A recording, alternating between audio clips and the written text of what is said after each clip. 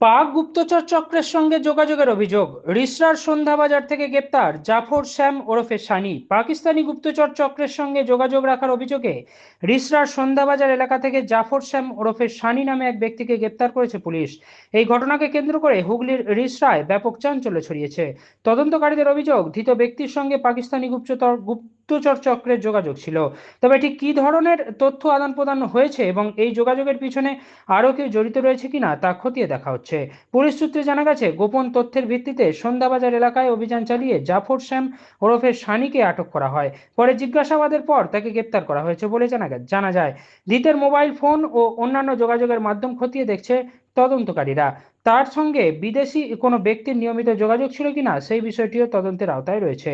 ঘটনার পর থেকেই এলাকায় নিরাপত্তা ও তদন্ত ঘিরে তৎপরতা বাড়ানো হয়েছে। ধৃতকে জিজ্ঞাসাবাদ করে এই চক্রের সঙ্গে যুক্ত আরও কোনো ব্যক্তির সন্ধান পাওয়া যায় কিনা সেদিকেই নজর তদন্তকারীদের। তবে অভিযোগের সমস্ত দিক তদন্ত শেষ না হওয়া পর্যন্ত ঘটনার পূর্ণ চিত্র স্পষ্ট নয়। পুলিশ জানিয়েছে, তদন্তের স্বার্থে প্রয়োজনীয় তথ্য সংগ্রহ করা হচ্ছে এবং বিষয়টির সঙ্গে জড়িত প্রত্যেকটি সূত্র খতিয়ে দেখা হবে। আরামবাগ টাইমসের রিপোর্ট। আরামবাগের সর্বপ্রথম NABH মান্যতাপ্রাপ্ত নার্সিং হোম এবং NABL মান্যতাপ্রাপ্ত প্যাথোলজি এবং আয়ুষ্মান ভারত প্রকল্পের সুবিধা প্রদানকারী নার্সিং হোম সম্মুক্তা হেলথ কেয়ার বিগত 11 বছর ধরে আপনাদের বিশ্বাসের সঙ্গী। ঠিকানা বসন্তপুর মোড়, আরামবাগ, হুগলি। আমি বলছি ও ক্রিমিনাল আছে, ওনাকে গুলি করে দাও, এসব বলে দিন। আপনার সাথে কালকে কি হলো একটু শুধু বলে দিন, তাহলে যাবে। একটু বলুন, একবার বলুন। ও আমার থেকে এসে মোবাইল চেয়েছে, কোথা করেছে, এমনি যে লোক আছে, ভাই মোবাইলটা দেন, আমার চার্জ নেই, আমি দিয়ে দিলাম। আমি কি জানতাম কি চালায় তো ঝামেলা আছে, না লোকে মোবাইল আমি দিতাম। কোথায় থেকে মোবাইল কি জন্য চাইলো? কাস্টমার আছে। হ্যাঁ, কি জন্য চাইলো মোবাইল? ভোর নিজের বাল বাচ্চার জন্য, কোথাও করতে জন্য, আর কিছু জন্য। তুমি ওকে চিনতে আগে থাকতে? না না না, আমি অনেক দিন আগে এখানে থাকতো না, এখানে থাকে না। মানে হঠাৎ করে এসছে, তুমি কিছু না, আমি বললাম ওকে কি হলো, কি ব্যাপার, আচানক এখানে তোকে দেখা পড়েছে। না না না, কিছু না, দেখ একটু ফোন কোথা করবো, কি পড়লো স্যার আপনার, কোথা করবো, বাস কোথা করে চলে গেল। তার মধ্যেই পুলিশ ধরে নিল? হ্যাঁ হ্যাঁ, পুলিশ ধরে নিয়েছে, ভালো হয়েছে ধরে কোন জায়গা থেকে ধরেছে, কোন জায়গা থেকে? তো আপনার সামনে কথা। এইখান থেকে বলছি তো স্যার, এইখান থেকে বুঝতে পারছেন না, বলছি তো এইখান থেকে। এই জায়গাটার নামটা কি? জান না, ওইখানে জিজ্ঞেস করুন না, ওই সন্ধ্যাবাজার লেখা আছে বোর্ডে। সন্ধ্যাবাজার। জান, আপনার নাম দাদা? বললাম তো বিক্রি, কি বলবো।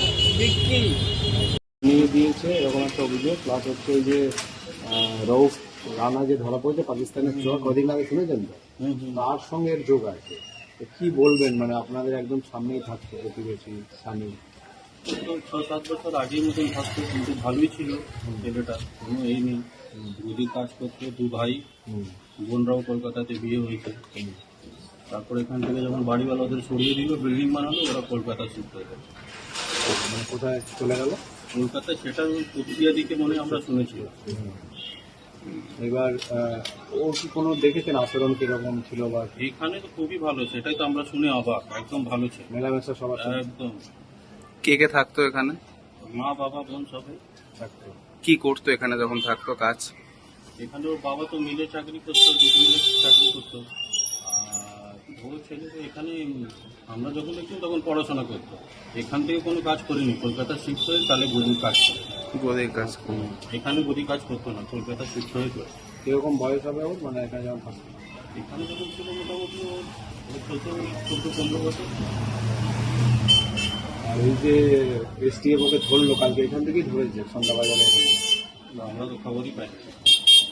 কি বলবেন, মানে এই যে এইসব ছেলেরা এখন এই সমস্ত চক্রে জড়িয়ে পড়ছে? সব এডুকেশনের কমই, আর কি বলবো, শিক্ষা না দিলে এটাই হয়, আর কিছু না। নাকি কোনো লোভে পড়ে এসব করছে, টাকার লোভ বা? কিন্তু তো ভালোই কামাচ্ছে, শুনছিলাম গদি কাজ করছে, খুব তো ভালোই কাজ করছিল। তপসিয়া থেকে তো আরো কয়েকজন ধরা পড়েছে এই ঘটনা। সেটা তো আমরা জানি না। আপনাদের এই এলাকা কতটা সুরক্ষিত, মানে এখানে বাইরের লোকজন আসে? না, এই জায়গাটা আমাদের তো খুবই ভালো, শান্তিপূর্ণ, এখানে কিছু কখনো আজ পর্যন্ত হয় না। বাইরের লোক কেউ ভাড়া থাকতে আসে এখানে? এখানে মোটামুটি সব আমাদের সব নিজের, আর সবার মোটামুটি সব নিজেদেরই বাড়ি, এখানে ভাড়া বেশি নেই। পুলিশ টুলিশ আসে মানে খোঁজ খবর নিতে? হ্যাঁ, এমনি তো পুলিশরা রাউন্ডিং করে। আর সব সিসি ক্যামেরা রয়েছে দেখছি সব বাড়িতে? হ্যাঁ, সবাই এমনি কোনো অসুবিধা তো নেই? এই ছেলেটি যে এরকম হয়ে যাবে ভাবতে পারেনি। না, আমি তো শুনে সেটাই অবাক হয়ে গেলাম আর কি। এমনি কেমন ছেলে ছিল আপনার? খুবই ভালো, বললাম তো। ঠিক আছে। আপনার নামটা বলুন। ওয়াসি আহমেদ। হ্যাঁ, ওয়াসি আহমেদ। ওয়াসি আহমেদ। জ্যোতিষ জগতে অদ্বিতীয় ডক্টর অঞ্জন শাস্ত্রী আপনার উজ্জ্বল ভবিষ্যতের একমাত্র দিশারি। Call for booking 7477886099 or log in www.anjanshastri.com। Download করুন আমাদের exclusive mobile app astro Anjan. বিশ্বাস শুধু একটা শব্দ নয়, এটা একটা পরিবারের নিশ্চিন্ততার নাম। আপনার দুশ্চিন্তা আমাদের চিন্তার কারণ, তাই ভরসা রাখুন সম্মুক্তা হেলথ কেয়ারে।